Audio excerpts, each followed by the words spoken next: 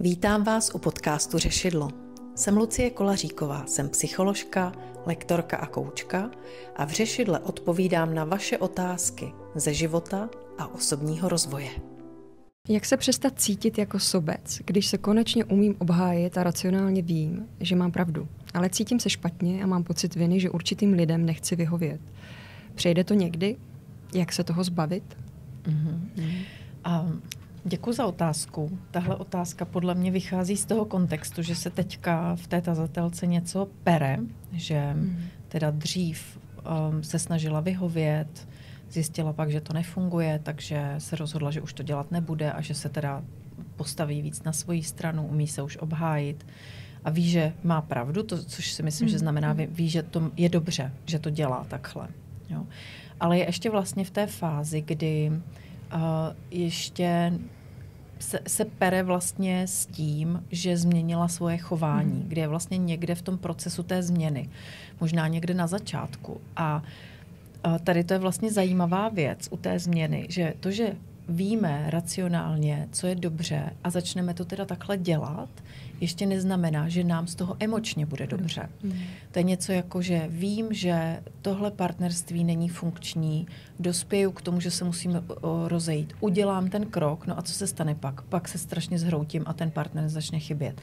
Protože to, že jdeme do té změny a děláme to správné, neznamená, že nám z toho je emočně dobře. A tohle je jedna z věcí, kterou já jsem zopakovala už mnohokrát vlastně lidem v práci na sobě. Je prostě, že hlavně následuj to, co víš, že je správně. A ne to, že je ti najednou smutno, nebo to, že máš najednou pocity viny. Ty pocity se nastavují až časem. Ty se přenastavují časem. Tyhle pocity, které tady teď jsou v té otázce, říkají, že ta žena měla nějaká přesvědčení o tom, že musím vyhovět, musím být k dispozici, musím být hodná, musím se snažit, musím poslechnout celá tahle ta směska. Pro všechny všechno. Přesně, pro všechny všechno. A pak se rozhodla, že z toho vystoupí a už to nebude dělat, což je to správné rozhodnutí. Pro ní v tom životě to dává takhle smysl, tohle rozhodnutí udělat. Přesně, je to důležitý, statečný rozhodnutí. Ale to, co se v ní pocitově děje, říká, že tam tyhle programy ještě pořád jsou silně, ty původní. Proto ty programy v podstatě vyvolávají ty pocity. Ty jí říkají, počkej, ty teďka děláš něco špatně. Ty bys měla přece vyhovět. To nemůžeš tohleto. To teď nejseš hodná holka, chápeš to? Tak, cíť se pěkně vina, protože je to hodně nepříjemný, tenhle ten jo. zedral, jak já říkám. No. Zedrale. Přestaň.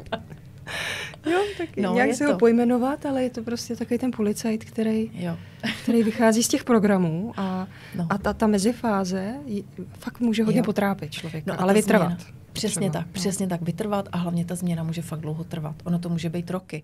Ono to vlastně bývá většinou roky. Zvlášť, když je to takhle silný, tak to někde začne. Ty pocity viny jsou hodně silný. Ale důležitý je pořád a pořád dělat to chování, který považujeme za správný, o kterém víme, že tudy vede naše cesta. A vlastně zvenku budou přicházet ty zkoušky, protože budou přicházet ty výčitky a ty snahy nás stáhnout nějak zpátky, protože lidi byli zvyklí na to, že jsme nějak fungovali. A navíc si nás třeba nějak i naučili, abychom tak fungovali. Vyčítají nám to. Ano, vyčítají nám to. To je ta hodná Víš, ty už nejseš taková jako dřív. Zbývala dřív taková milejší. Znáš to? No. Byla taková milejší, víš, a taková... A co to je? To se hrozně změnila. Hrozně se změnila. A víš, trochu k horšímu ti chci říct, no. A myslím to s tebou dobře, proto ti to říkám. Zamysli se. Teď úplně... No, jako...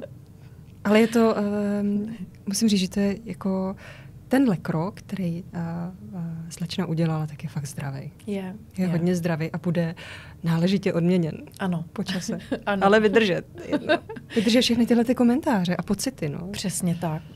To, co říkají lidi venku a to, co říká ta hlava, vlastně vůbec nehraje roli. Důležitý je, že tam došlo k tomu poznání a k tomu rozhodnutí a tohle následovat. To totiž znamená i vlastně možná poprvé v životě následovat svůj vnitřní kompas. Poprvé v životě následovat sebe samu, svoje pocity. A ono se to bude zpevňovat. Ono tam dojde k většímu zakořenění do sebe sama, do většího usazení v sobě sama. To znamená, jako časem potom vlastně ta tazatelka bude vědět, že to je správně, že to je v pořádku. A ty hlasy, co budou přicházet v hlavě a zvenku, tak vlastně už nebudou tolik vadit. Ten pocit viny se bude oslabovat. Takže ta odpověď, jak se toho zbavit, první otázka je, přejde to někdy? Přejde. Trvá to, ale přejde to. A ta druhá, jak se toho zbavit, je jenom prostě vytrvat a jít tou svojí cestou. Už si jako zvědomit, že já přece vím, co je pro mě dobrý a já to takhle budu dělat dál. A to, co tam pak ještě zbývá, jako taková věc k učení, je většinou, jak to dělat, že si jdu za tím svým a zároveň to nějak ohleduplně komunikuju s okolím. Protože dejme tomu, že to okolí třeba není toxické a manipulativní, takže nejsou to zlí lidi, který potřebujeme hnedka odrazit, ale jsou to lidi, kteří jsou prostě jenom trochu zaskočení tím, že my najednou se vymezujeme a nevědí, a chápeme to. Co s tím. Jo, vlastně. Přesně tak. A vlastně nás mají rádi, ale nevědí si s náma teď rady. Jsme nějaký jiný. Jo. A teď potřebují na nás dostat nějaký návod a potřebují vlastně se taky nově zorientovat v situaci. Tak je prostě ze začátku třeba budeme trochu nešikovný v tom, jak vyjádříme to, že si nastavujeme ty hranice. A křeč je tam, jako aspoň za sebe, když budu mluvit, tak já jsem měla hodně křeč v té komunikaci vůči druhým, což nedělalo dobře ani jim, ale ani mě, jo, protože já jsem věděla, že nejsem taková a že vlastně se mi nelíbí být v této křeči a třeba i protivná jsem byla, jo, ale ještě jsem s tím neuměla tolik pracovat, jo, ale po čase, jak jsem mluvila o tom, že se to změní, tak dojde i k tomu, že ty reakce budou takový prostě v pohodě. Víc v pohodě, přesně. Harmonický takový. Jakože. Jo. Protože na začátku můžeme mít pocit, já si musím ty svoje hranice hrozně obhájit, takže třeba křičíme, nebo jsme jako příliš prudcí, protože si fakt hájíme svoje hranice a začneme si hájit svoje území. A když to začneme takhle poprvé dělat, tak ani nezáleží na tom, jak to uděláme. Důležité je v tu chvíli fakt to, že to uděláme.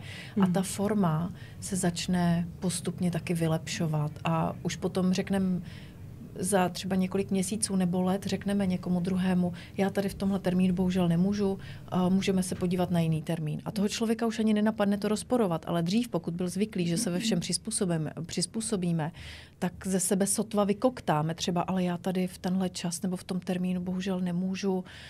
Jo, sotva to ze sebe vykoktáme, tak když se rozhodneme, že to chceme ze sebe vykoktat, tak to často řekneme nějak drsně. Nebo to řekneme v agresi, že jo? V agresi, přesně. No ale vlastně to se časem změní. A takže taky lidi, co se začnou vymezovat, tak často se ptají, jak to mám říct ještě hezky a abych neměla pocity viny a chtějí ten celý balík najednou, ale ono to nejde. Nejdřív je důležité začít dělat věci ze sebe, podle sebe. Klidně nešikovně, jakkoliv. Pak časem se nastaví i ta forma a časem odezní i ty pocity viny a najednou jsme sami sebou, komunikujeme sebe sama nějak srozumitelně, domlouváme se s druhými. Nikdo ani nechce překračovat naše hranice, protože už to prostě někde je nastavený. Asi to i vyzařujeme, no. Ta energie prostě se změní. Přesně tak. To není takový. Přesně tak. Takže bude to dobrý, držíme palce a chce to čas. Ale je to skvělý krok. Je. To prostě fakt zrajete. Ano. Děkujeme za skvělou otázku. Děkujeme.